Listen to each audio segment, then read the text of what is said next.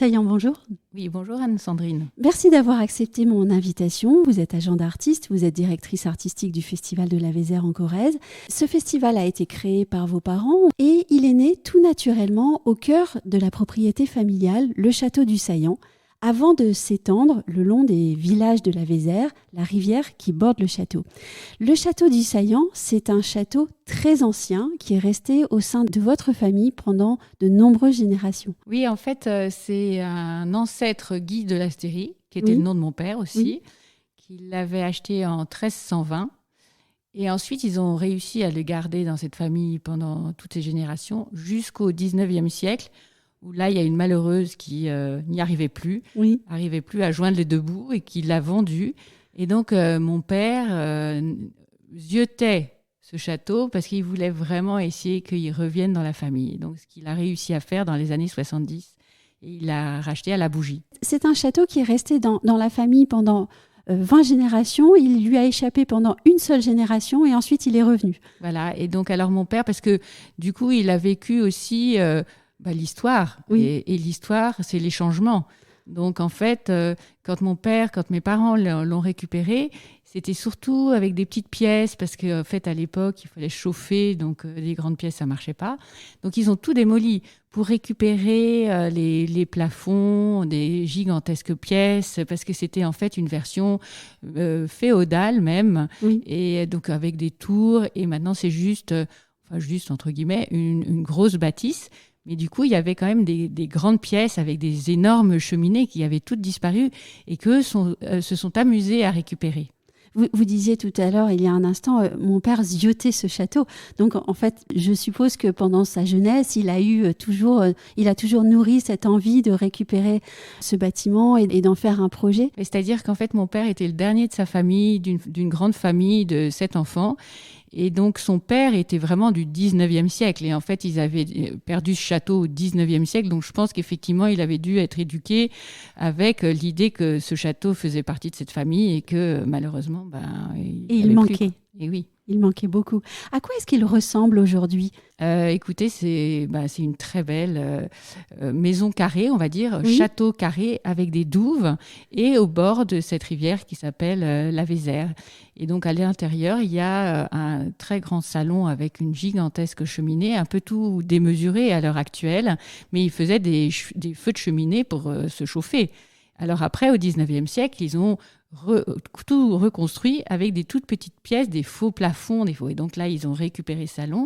Et derrière, ils ont découvert une fresque. Et donc, ils avaient fait venir un peintre polonais qui avait repris toute cette fresque et qui est maintenant au-dessus de cette cheminée. Donc, ça a un peu retrouvé un look, si je puis dire, de l'époque, plus du tout ce qu'ils avaient comme décoration du 19e siècle.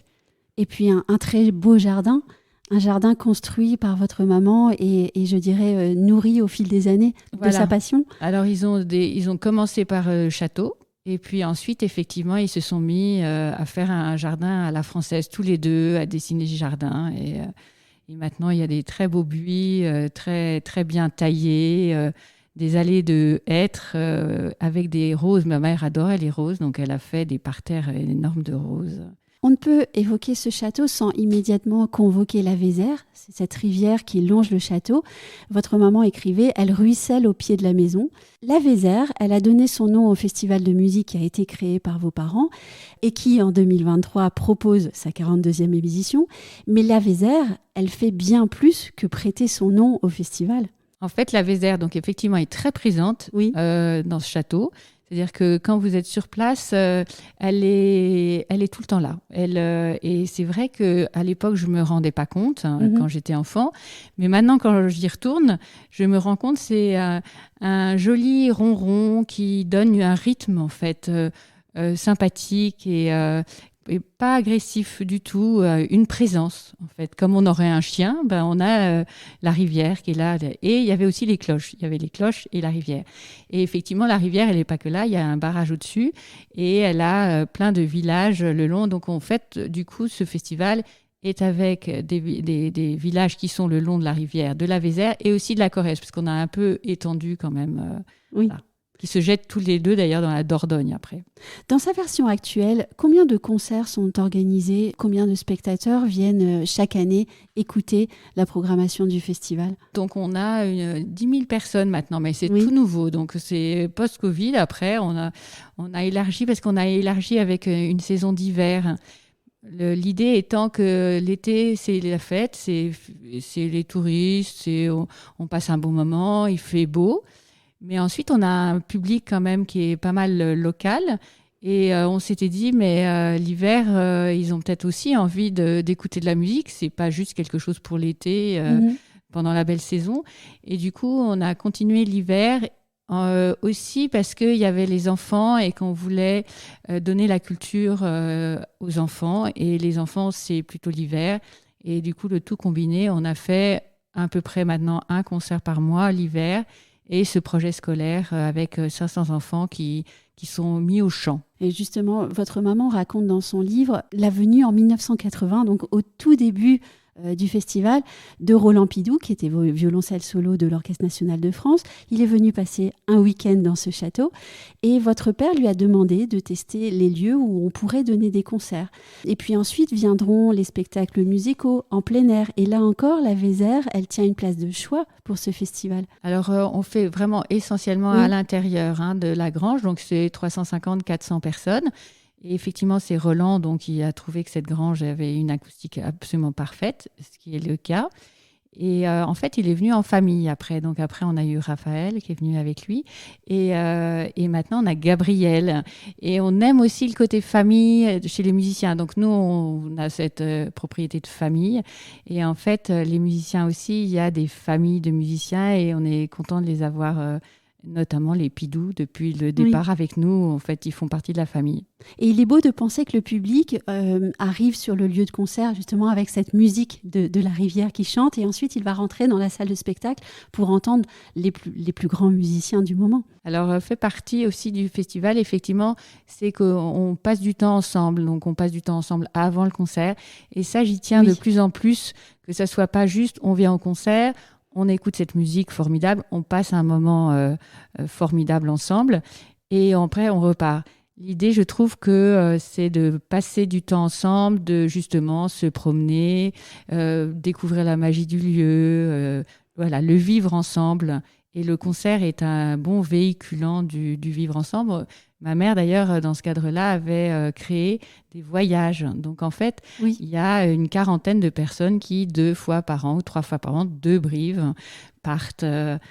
Donc, alors là, nous, on a été... Après Covid, on a été plus en France. Donc, on a été à Bordeaux, on a été faire une visite de Bordeaux, on va à la folle journée à Nantes.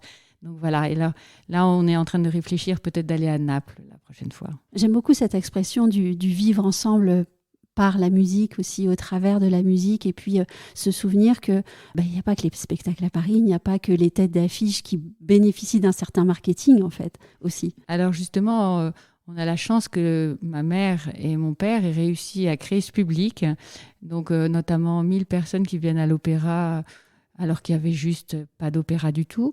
Donc effectivement, c'est un moment privilégié que les gens ont envie de passer ensemble au Festival de la Vézère. Ils ont leurs habitudes.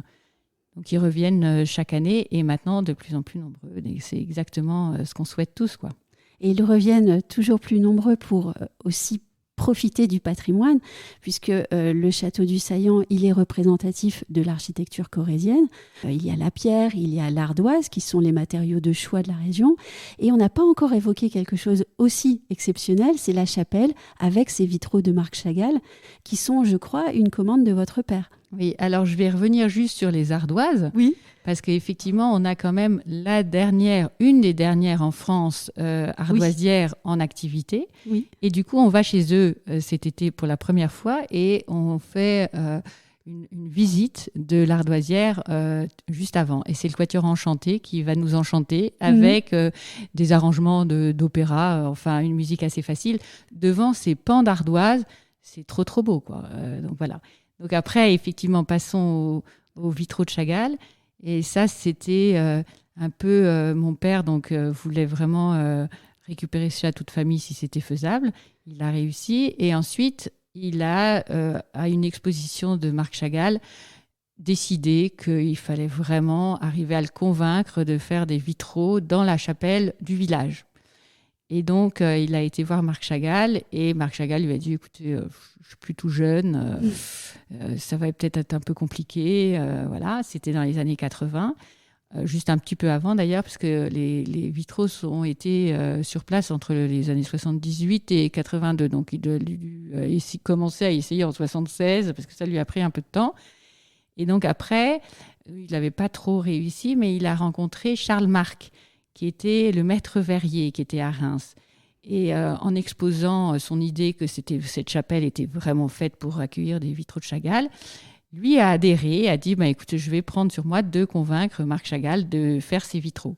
Et donc en fait, ils l'ont convaincu pour le vitrail qui est au fond, et qui est un très très beau vitrail qui représente justement la création et donc la nature, l'eau. Il y a un bleu absolument sublime. Et puis le vert aussi et l'air, donc le blanc qui est derrière, enfin il est vraiment très beau, il y a une lumière extraordinaire sur ce vitrail. Et ensuite ils sont repartis à la charge avec ma mère et ils ont dit mais il y a 4 vitrails de côté, en fait c'est pas grand chose, on pourrait faire des grisailles, ça sera plus facile peut-être pour lui, comme ça.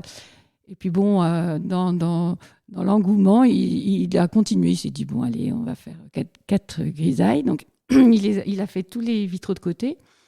Et ensuite, il restait juste une rosace. Et là, ma mère avait repéré les bouquets absolument sublimes. Elle a dit, mais une rosace avec un bouquet, ça serait vraiment le bouquet. Et donc, voilà, en 82, ils ont réussi à le convaincre de finir cette chapelle qui s'est retrouvée être la seule chapelle de Marc Chagall, et en plus la dernière. Oui. C'est assez incroyable. Et on voit là la détermination de votre papa, qui a réussi à faire revenir le château dans la famille, mais qui en plus a réussi à avoir au sein du village la seule chapelle en France à être entièrement décorée de vitraux de Marc Chagall. Voilà, donc il a fait ça pour son village, parce qu'en fait, c'est la chapelle du village. Et je peux vous dire, c'était pas tout le monde qui réalisait qu'ils avaient des vitraux de Marc Chagall, mais maintenant, c'est une grande fierté pour eux. Et votre maman, pour terminer, a écrit « Guy était un homme extrêmement accueillant, dont le charme certain s'accompagnait d'une volonté et d'une efficacité telle qu'il avait le don d'entraîner ses proches dans des projets ambitieux. » Eh bien, exactement. Mais je vous redirai la même chose que je viens de vous dire d'ailleurs, c'est qu'effectivement, il était très déterminé et il arrivait par sa détermination. Mais bon, ma mère a repris ensuite en 99, donc elle a perdu son mari. Et ensuite, de 99 à 2022, c'est elle qui a tout fait.